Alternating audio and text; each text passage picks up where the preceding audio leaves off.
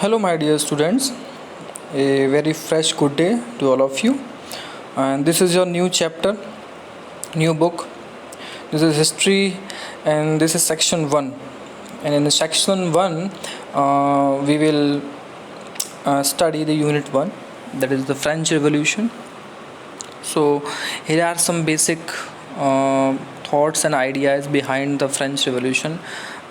So, I summarize you in brief. So let's start. Okay, this is events and processes. मतलब किस तरह के event हुए, incidents हुए और उनका प्रोसेस क्या था, किस तरह से हो रहे थे, उनके बारे में है। आप सेक्शन 1 में पढ़ेंगे फ्रेंच रेवोल्यूशन के बारे में, रशियन रेवोल्यूशन के बारे में, rise of Nazism. These are the different units. The first one is the French revolution, second is the Russian revolution, third is the rise of nationalism and the Hitler. So these are the different sections in which you learned about the democracy, the regime, what were the solution behind that, how the revolutionary take place, the revolution, so many questions. Okay, in different ways all these events were important in the making of modern world. और इन सब की जो process है, जो events हैं, उनकी वजह से हम आज का मॉडर्न वर्ल्ड देखते हैं। क्यों? क्योंकि वहाँ बहुत सारे चेंजेस की शुरुआत हुई, रिवोल्यूशन हुआ। चेंजेस का मतलब कुछ छोटा बदलाव, बट रिवोल्यूशन होता है इतना बड़ा बदलाव, वो क्रांति बन जाए। एक पूरी कंट्री में, एक पूरे कॉन्टिनेंट में, एक दुनिया के बहुत बड़े हिस्से में जो बदलाव होता है उसे आप रिवोल्यूशन कहते हैं। So this is the difference between change and revolution. Chapter 1 is on the French Revolution. Today we often take the ideas of liberty, freedom, equality for granted. आप अपने तरफ से अगर एक चीज़ पढ़ना चाहें, प्रीएम्बल को, आप अपनी किसी भी NCERT की बुक को ओपन करें तो वहाँ एक इंट्रोडक्शन दिया है, प्रीएम्बल दिया है कॉन्स्टिट्यूशन का। तो आपको ये वर्ड्स मिलेंगे कि इंडियन कॉन्स्टिट्यूशन हमें लिबर्टी देता है, फ्रीडम भी देता है और इक्वलिटी देता है। लेकिन एक चीज़ है कि ये जो 3 वर्ड हैं कि लिबर्टी यानी आज़ादी मिलना, ठीक, स्वतंत्रता है आपको, फ्रीडम आपको और तरह की जो स्वतंत्रता मिली हुई है वो, और एक लास्ट हो है उसमें इक्वलिटी कि बराबरी का हक हो, चाहे वो एजुकेशनली हो, चाहे वो किसी अदर बैकग्राउंड को लेके हो, इकोनॉमिकली हो, किसी को मौके मिल रहे हैं तो बराबर हों, या कुछ इस तरह से हों कि अगर कुछ गलतियाँ हुई हैं तो उनको सुधार के बराबर मौके दिए जा रहे हैं। क्योंकि ऐसा फ्रेंच सोसाइटी में था नहीं, हमारे टाइम में भी नहीं था जब अंग्रेज़ थे या उससे पहले का जो सिस्टम था। आज जब हम आज़ाद हुए हैं, मॉडर्न वर्ल्ड बने हैं, तब हमने देखा ये तीनों चीज़ हमारे साथ हैं। But we need to remind ourselves that these ideas also have a history. इन वर्ड्स को लेके अपनी एक हिस्ट्री है, अपना एक डिस्कशन है और अपना एक लॉन्ग स्ट्रगल है।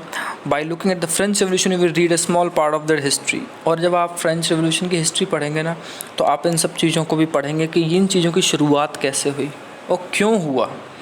The French revolution led to the end of monarchy in France. देखिए, छोटे छोटे वर्ड्स जो आप समझेंगे वो आपके लिए बड़े इंपॉर्टेंट हैं। मोनार्की मीन्स राजशाही होता है हिंदी में। राजशाही मीन्स सिंपल भाषा में कहें तो राजाओं वाला शासन, जिसमें राजा है, फिर उसका बेटा राजा है, फिर उसका बेटा राजा है, फिर उसका बेटा राजा है, या आपस में गद्दी के लिए, थ्रोन के लिए लड़ाई हो रही है, और जो कैपेबल है वो बन रहा है और कई बार कैपेबल नहीं है वो भी बन रहा है। तो ऐसे टाइम पे जो सिर्फ महलों की सुख सुविधाओं में पैदा हुआ है वो हमेशा कैपेबल कैसे हो सकता है। तो एक एंड हुआ है मोनार्की का फ्रांस में। A society based on privileges gave to a new system of governance. Privilege का मतलब होता है कि आपको शुरू से ही सुख सुविधाएं मिलती हैं, जो मिलता आ रहा है उसी से आप अपनी चीज़ों को आगे बढ़ा रहे हैं। और उसमें ऐसा नहीं है, मतलब आप जन्म से अगर सेनापति की बेटा या बेटी हैं तो आपको उसी तरह की सेवाएं मिलेंगी, सिर्फ इसलिए क्योंकि आप सेनापति के हैं। आप राजा के बेटे या बेटी हैं तो आपको वही सुविधाएं मिलेंगी। लेकिन जो नीचे के लोग हैं उनको ये प्रिविलेजेस, सुविधाएं और ये लाभ नहीं मिलते थे किसी भी तरीके से। ठीक है, आगे बढ़ते हैं। The declaration of the rights of the man during the revolution. फिर एक डिक्लेरेशन आया, घोषणा हुई कि जो राइट्स हैं लोगों के, उनके बारे में बात हुई। Announce the coming of a new time. जब अधिकारों की बात हुई, क्योंकि प्रिविलेजेस में अधिकारों की बात होती ही नहीं थी बेटा। राजा के बेटे के अधिकार बहुत सारे हैं, बट जो नीचे किसान हैं या और लोग हैं जो मेहनतकश लोग हैं, उनके कोई राइट्स नहीं होते थे। तो जब सबके लिए राइट्स की बात आई तो एक नया टाइम आया फ्रांस में, और देखा कि हाँ अब तो बहुत अच्छी चीज़ें होने वाली हैं। तो उस चीज़ की शुरुआत थी। The idea that all individuals have rights, ये एक आइडिया लाया गया कि सबको इंडिविजुअल मतलब प्रत्येक नागरिक को, व्यक्ति को अपने कुछ अधिकार हों, and could claim equality became part of new language of politics. अब जो ये नई राजनीति है, डेमोक्रेटिक राजनीति है, राजाओं वाला शासन नहीं रहा फ्रांस में, तो क्लेम किया गया, क्या चीज़ के लिए क्लेम किया गया कि इक्वलिटी जो है उसका एक सबसे बड़ा हिस्सा बनेगी। ठीक, this notions of equality and freedom emerge the central ideas of the new age. अब ये जो बराबरी का हक है, आज़ादी का ख्याल है, ये उभर के आया और ये उसके सेंट्रल में था। सेंट्रल मतलब लोगों के लिए सबसे ज़्यादा अहमियत रखता था कि वो आज़ाद हों और उनको बराबरी का हक मिले। बट इन डिफरेंट कंट्रीज़ दे वर री interpreted and re thought in many different way. और इस दोनों ख्याल को अलग देशों में अलग तरीके से देखा गया। कैसे? क्या आपको लगता है आज आप फ्री हैं दुनिया से, कोई आप गुलाम नहीं है, इंडिया पे किसी का राज नहीं है? सोच के देखिए। आप कहेंगे यस सर, अब तो कोई अंग्रेज़ राज नहीं कर रहे हैं, लेकिन अगर आप इकोनॉमी के हिसाब से देखें, इंडियन मार्केट को अगर आप देखें, क्या आपको लगता है हम फ्री हैं? नहीं, हम कैद हैं या हमारे ऊपर इन्फ्लुएंस है यूएसए का, अमेरिका का, यूरोप का, है ना, ऑस्ट्रेलिया का, न्यूजीलैंड का, जापान का, चाइना का। आप कोई भी बड़ी चीज़ उठा के देखिए, यूट्यूब, फेसबुक, जीमेल, मोबाइल की दुनिया, कपड़ों की दुनिया, मशीनरी की दुनिया, कंप्यूटर से लेके एवरीथिंग, मोटर्स, व्हीकल, एवरीथिंग। क्या आपको लगता है कि वो चीज़ें यहाँ से लेके हमारे यहाँ यूज़ नहीं होती? तो क्या मैं कहूँ आपसे कि इकोनॉमिक स्फेयर में बात की जाए फ्रीडम की कि हम आज़ाद हैं, हम आज़ाद नहीं हैं। हम घिरे हुए हैं सिर्फ उन्हीं की चीज़ों से, क्योंकि उन्होंने इतनी मेहनत करके अपनी चीज़ों को इतना इस्टेब्लिश कर रखा है, और हम बड़े कहते हुए इन चीज़ों को गर्व महसूस करते हैं। मेरे पास एप्पल का मोबाइल है, लेकिन वो तो यूएसए का है। मेरे पास वीवो महंगा V21 5G मोबाइल है, वो तो चाइना से है। मेरे पास पैनासोनिक सोनी की टीवी है, वो तो जापान से है। मेरे पास BMW, ऑडी, फॉक्सवैगन, बहुत सारे फोर्ड गाड़ियाँ हैं, वो सब अमेरिका या जर्मनी की गाड़ियाँ हैं। मेरे पास एंडेवर है, मेरे पास फॉर्च्यूनर है, बेटा वो सब गाड़ियाँ जापान की हैं। आप क्या बात करेंगे उस चीज़ के बारे में? ये होता है उस चीज़ का मीनिंग, जिसमें ये कहा गया है ना कि डिफरेंट तरीके से डिफरेंट लोगों की अपनी आज़ादी और उस चीज़ की बात है। ये देखो, रीथॉट किया जाए कई तरीके से।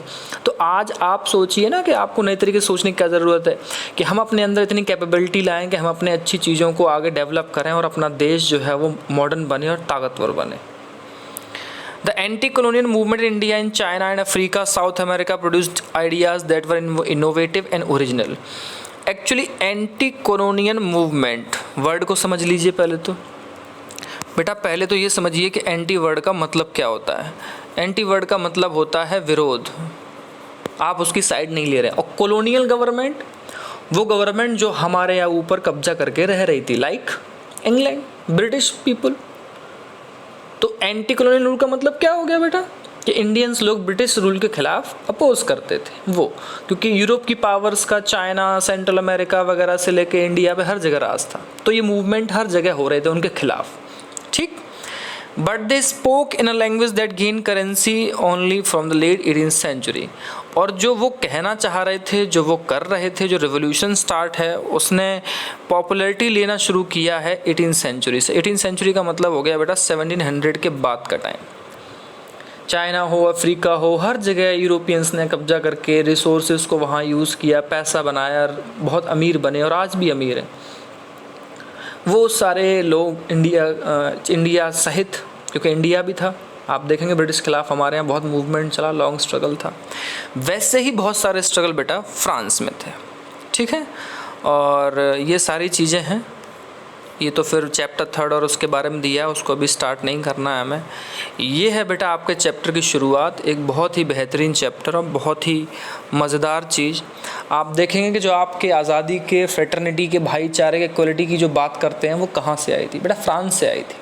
पूरी दुनिया में फ्रांस से उस चीज़ को लेके हर कंट्री ने अडॉप्ट किया। आपको याद होगा सिविक्स में चैप्टर आई थिंक फर्स्ट था, Y democracy, what is democracy. तो आपने नेल्सन मंडेला के बारे में पढ़ा था, तो वो अपने यहाँ बराबरी लाए, काले गोरे का भेद ख़त्म किया, लाए ना। बट वो तो बहुत नई बात है, 1992 और 1994 के बीच की बात है। हम जब फ्रांस को पढ़ेंगे तो वहाँ बहुत पुरानी बात है, 1789 के लगभग, उससे पहले से डेवलप हुई थी और फाइनली वो चीज़ उसके बाद और उसके बाद तक डेवलप होती रही। तो वो सारी चीज़ें कैसे हुई, क्यों हुई, उनका रीज़न क्या था, स्टार्ट करते हैं। बहुत अच्छा चैप्टर है ये। Okay, on the morning of 14 जुलाई, यहाँ पे बात हो रही है इस चीज़ की कि जो 14 जुलाई 1789 की बात है, the city of Paris were in a state of alarm. यहाँ अलार्म से सेंस है कि सब लोग ना अपनी एक किसी सिचुएशन से एकदम जगे हुए थे, सजग थे, कुछ हो रहा था वहाँ पे उस मॉर्निंग को। The king had commanded troops to move in the city. King ने आदेश दिया कि जो ट्रूप्स हैं, सेनाएं हैं, सेना की टुकड़ियां हैं, उनको शहर के अंदर भेज दिया जाए। Rumours spread that he would soon order the army to open fire upon the citizens. बात ये थी कि लोगों को ये डर और रूमर्स फैलाई जा रही थी कि वो जो राजा है ना, वो ओपन फायर करवाने वाला है। ओपन फायर समझते हैं कि सोच के देखो आप फ्रांस में किस तरह का माहौल था कि राजा ओपन फायर करवा देता है बिना किसी वजह के, या लोग कुछ कहना चाहते हैं ओपन फायर करवा दिया, कुछ इस तरह का बात हो रही है, उसके बारे में बात हो रही है। तो ये इस तरह की अफवाहें फैली। फिर क्या हुआ, सम 7,000 men and women gathered in the front of the town hall and decided to form a people's militia। करीब कुछ 7,000 लोग, ये वही 7,000 लोग हैं जिन्होंने हिम्मत जुटाई राजा के खिलाफ लड़ने की। बाकी लोगों की बात नहीं हो रही है। शुरुआत में कुछ ही लोग होते हैं जिन्हें प्रॉब्लम होती है, फिर सबको लगता है कि हाँ प्रॉब्लम है। उन लोगों ने स्टार्ट किया मिलिटिया, मतलब एक मिलिट्री की तरह कि हम साथ होते हैं और इस चीज़ का अपोज करेंगे, ये गोली नहीं चलने देंगे। They broke into a number of government building in the search of arm. और उसके बाद क्या हुआ, इन 7,000 लोगों ने गवर्नमेंट की बहुत सारी बिल्डिंग्स को निशाना बनाया और वहाँ से हथियार लिए, लूट लिए, उन बिल्डिंग को तोड़ दिया, दरवाजे तोड़ दिए ताकि वो लड़ सकें।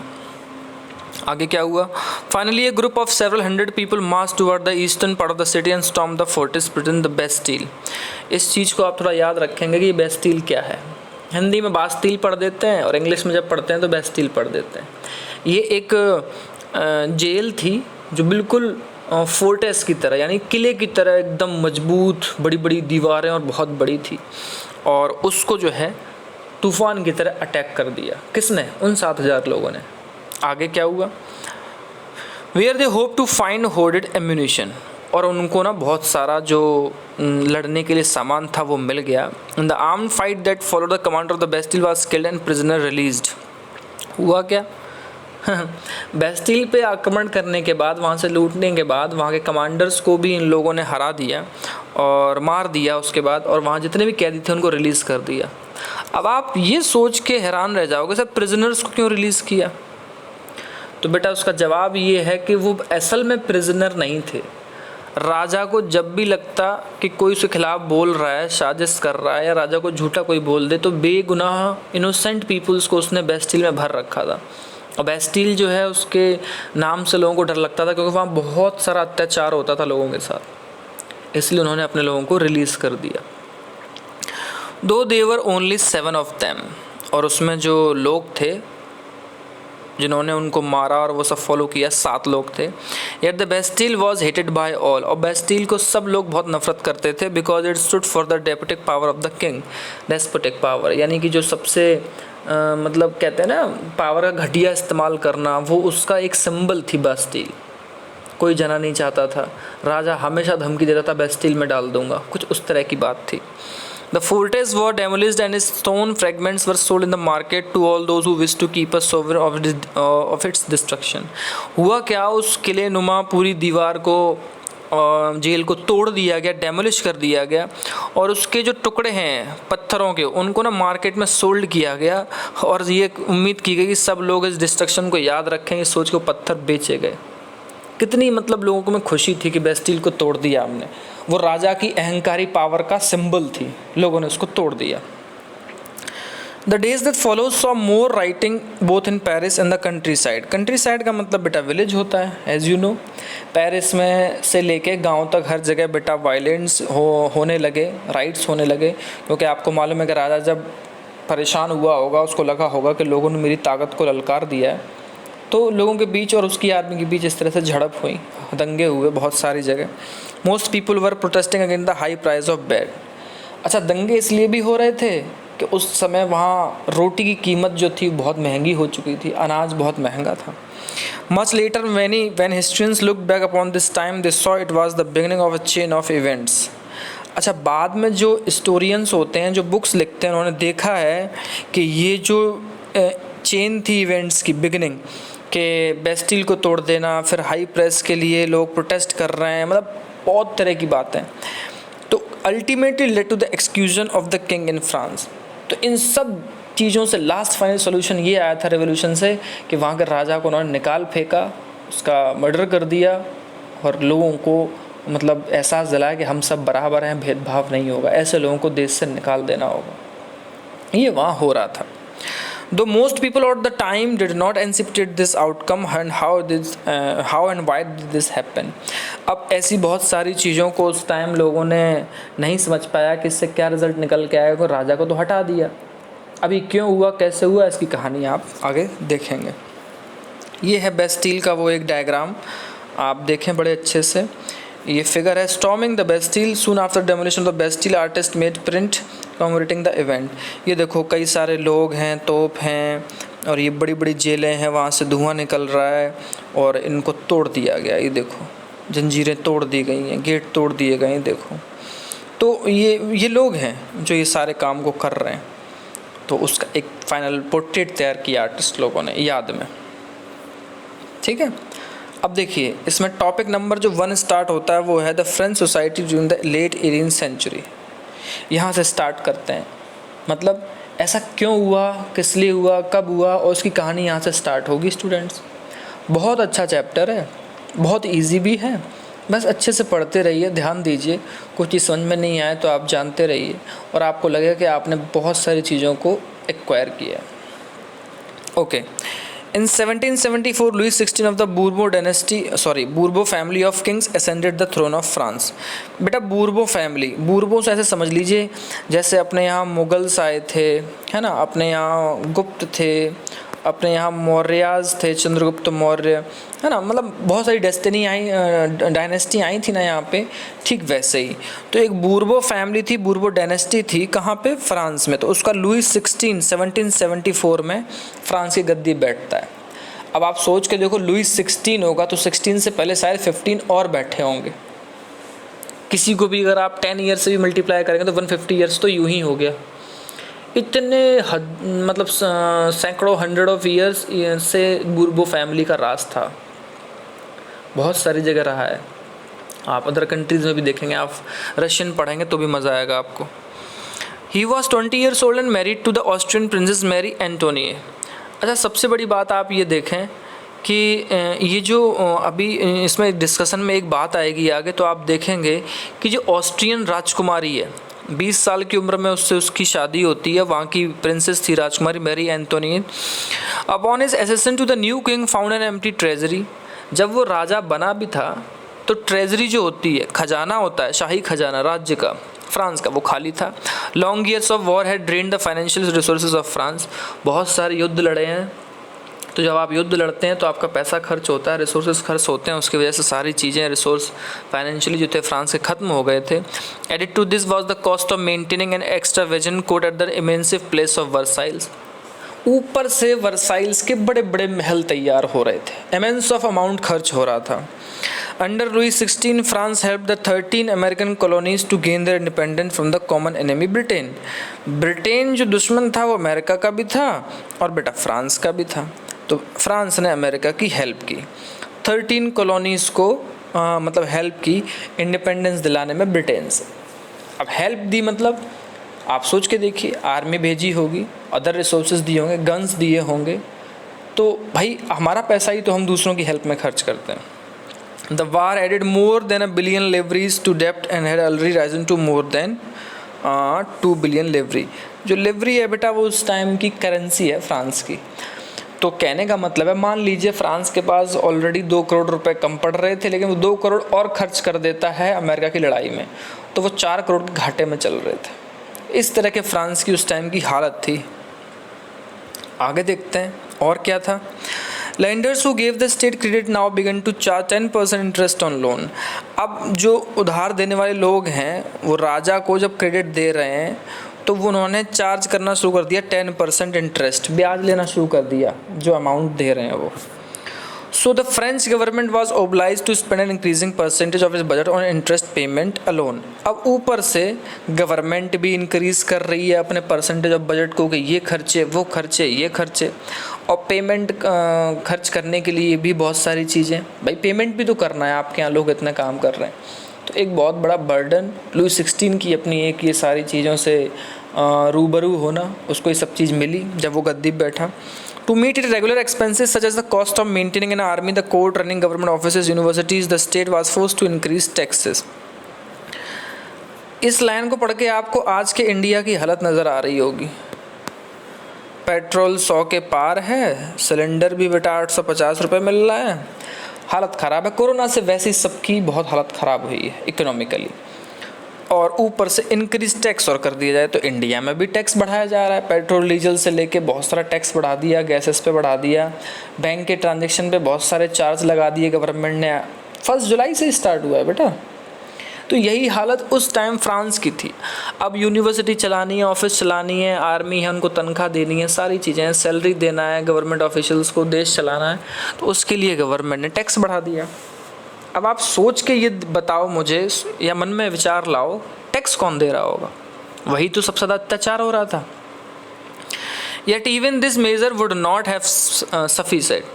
अब इतने सारे कदम उठाने के बाद भी सब कुछ अच्छा नहीं हो पा रहा था। French society in the 18th century was divided into 3 estates, और उस टाइम पे फ्रांस की सोसाइटी 3 एस्टेट में डिवाइड थी। 3 एस्टेट का मतलब हो गया बेटा, आप नॉर्मल भाषा में ये समझ लीजिए कि वहाँ की सोसाइटी 3 पार्ट में डिवाइडेड थी। इतना भेदभाव होता था वहाँ पे, हमारे यहाँ भी होता था। And only member of 3rd estate paid taxes.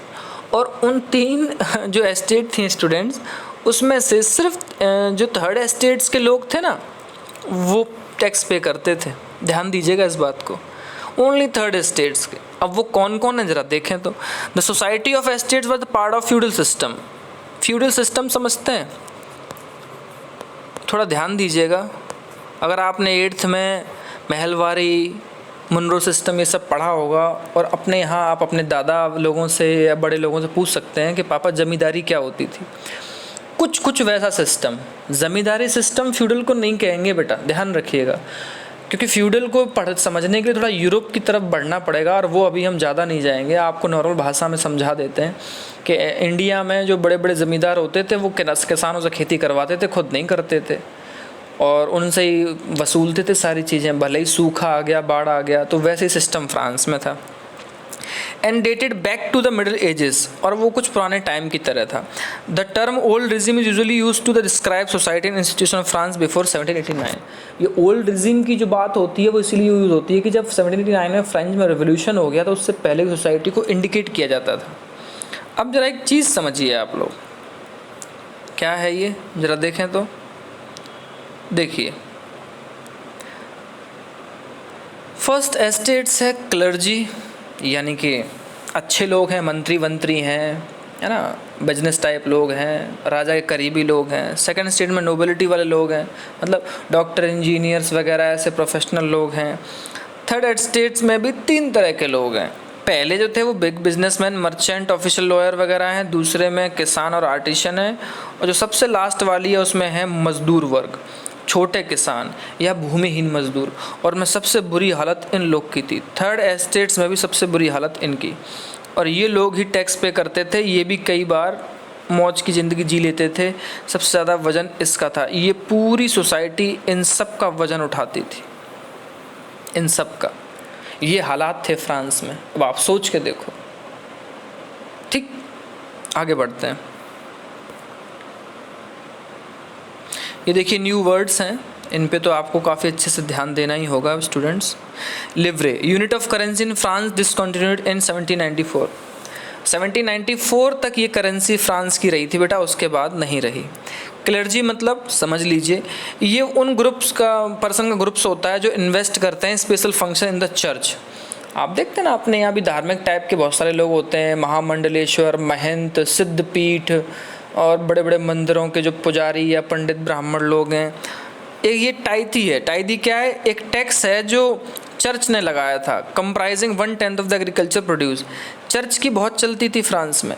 किसान जो लोग थे उनको अपनी कमाई का 1/10 मान लीजिए उन्होंने 10 रुपये कमाए तो उसका 1 रुपये चर्च को देना ही होगा। अगर उन्होंने 100 किलो अनाज का प्रोड्यूस किया, 10 किलो किसान देगा। और एक टैल था, tax to be paid direct to the state. और एक और टैक्स था जो डायरेक्टली राजा को ये लोग देते थे। इसकी भी बहुत मतलब क्या कहते हैं जो अमाउंट था। किसान वैसे ही वहाँ परेशान था, चर्च अपनी मनमानी करता था, धार्मिक टाइप के लोग। और जो ये टैल था ये स्टेट गवर्नमेंट लगाती थी। तो स्टेट गवर्नमेंट और चर्च के लोगों के बीच में सारी जनता पिस रही थी। ठीक, ये उसी कहानी है। और धीरे धीरे थोड़ा सा आगे बढ़ेंगे हम। इसमें एक छोटा सा मैं पैराग्राफ आपको समझाने की कोशिश करता हूँ, बहुत ज़्यादा डीप नहीं जाना है। कहते हैं कि फ्रांस की सोसाइटी जो ऑर्गेनाइज थी तो पीजेंट उसमें 90% थे, और जो स्मॉल नंबर उनके थे उनके पास खुद की ज़मीन होती थी। 90% लोग किसान हैं, बट उनमें से भी सिर्फ कुछ के पास ही खुद की ज़मीन होती थी। 60% जो लैंड थी वो नोबल्स ने खरीद रखी थी, चर्च ने ले रखी थी, और जो अदर अमीर लोग थे थर्ड एस्टेट्स में उनने ले रखी थी। आप सोच के देखो, वो सिर्फ मुट्ठी भर लोग होते हैं। ठीक, ऐसे समझो जैसे आज हमारे यहाँ अडानी है ना, अंबानीज़ हैं, उनके पास एशिया की या इंडिया की एक बहुत बड़ी प्रॉपर्टी का हिस्सा है, और हमारे यहाँ 25 करोड़ लोग भूखे हैं। इकोनॉमिक्स में पढ़ेंगे आप ये। The members of the first two estate that is the clergy and the nobility enjoy certain privileges by the birth. जन्म से ही वो मज़े लेते हैं। अगर वो उनके जो बच्चे पैदा हो रहे हैं उनको सुख सुविधाएं हैं, टैक्स नहीं देना है, मज़े की ज़िंदगी जीनी है, उनको मिलता था। और जो नीचे पीजेंट फार्मर या लैंडलेस लेबर हैं उनकी पूरी पीढ़ी ख़राब होती थी, क्योंकि उनको ज़िंदगी भर काम करना है, उधारी में जीना है, कर्ज लेके रहना है और मेहनत करनी है, टैक्स देना है। The most important of this example from paying tax to the state. और सबसे अच्छी बात थी कि ये लोग टैक्स नहीं भरते थे। ये ऊपर के जो नोबल और क्लर्जी लोग हैं सिर्फ थर्ड एस्टेट्स के लोग भरते हैं। The noble further enjoy feudal privileges. और जो नोबल्स लोग थे वो मस्त ज़िंदगी जीते हैं, जमींदारी वाली, नौकर चाकर काम कर रहे हैं, उन्हें कुछ नहीं करना है। These included feudal dues which extracted from the peasant. अब होता क्या था, किसानों के पास कई तरह की बेचारे रकम रह जाती थी, क्योंकि वो इतना मेहनत करने के बाद बहुत सारी सुविधाएं तो मिलती नहीं थी, सिर्फ उनसे लूट मार की जाती थी। Peasants were obliged to render services to lord, to work in house and fields, to serve in the army or participate in the building road। जो मजदूर होता था वो बिल्डिंग्स बनाए, हाउस फील्ड में काम भी करे, मालिक की सेवा करे, ज़रूरत पड़े तो आर्मी में भर्ती हो जाए, इतने सारे काम करता था वो। अब आप सोच के देखो एक आदमी, मतलब ये सोसाइटी कैसे रही होगी फ्रांस की। इंडिया में भी ऐसे ही होता है। हम 500 रुपये में एक दिन मजदूर को देते तो हैं, लेकिन उससे घर के एक्स्ट्रा काम भी करवा लेते हैं। ऐसा लगता है जैसे हमने उसको खरीद लिया है। This is wrong. ठीक, एक छोटा सा टैक्स के बारे में और बात कर लेते हैं स्टूडेंट। चर्च भी बहुत ज़्यादा शेयर टैक्स से कलेक्ट करता था, टाइदी था, पीजेंट से लेता था। और finally all the member third state had to pay to the states of, उन्हें सरकार को भी देना है। और इनमें से एक टैक्स था टाइल। ठीक, और नंबर ऑफ इनडायरेक्ट टैक्स बहुत सारे लगे हुए थे। जैसे आप नमक पे भी लगता था, वहाँ तंबाकू पे भी लगता था।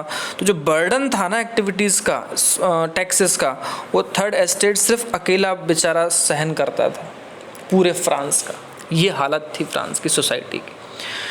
तो आई थिंक आपको अच्छा लगा होगा, क्योंकि ये बड़ा ही मज़ेदार टॉपिक है। ये आज के हिंदुस्तान में भी कुछ ऐसी घटनाएं हो रही हैं। वहाँ बेटा 1789 में हो रहा था, इंडिया में आज के मॉडर्न वर्ल्ड में 2021 में हो रहा है। ठीक, पढ़ेंगे धीरे धीरे बहुत सारी चीज़ें, आपको मज़ा आएगा। न्यू वर्ड्स कलेक्ट करिए, छोटे छोटे नोट्स बनाइए। ठीक, जैसे ऊपर था लुई 16 कब बैठा 1774 में, उसकी प्रिंसेस का क्या नाम था। ऐसे छोटे छोटे वर्ड्स आपको नोट्स की तरह लिखने करने। ठीक है class, thank you, have a nice day, meet you tomorrow.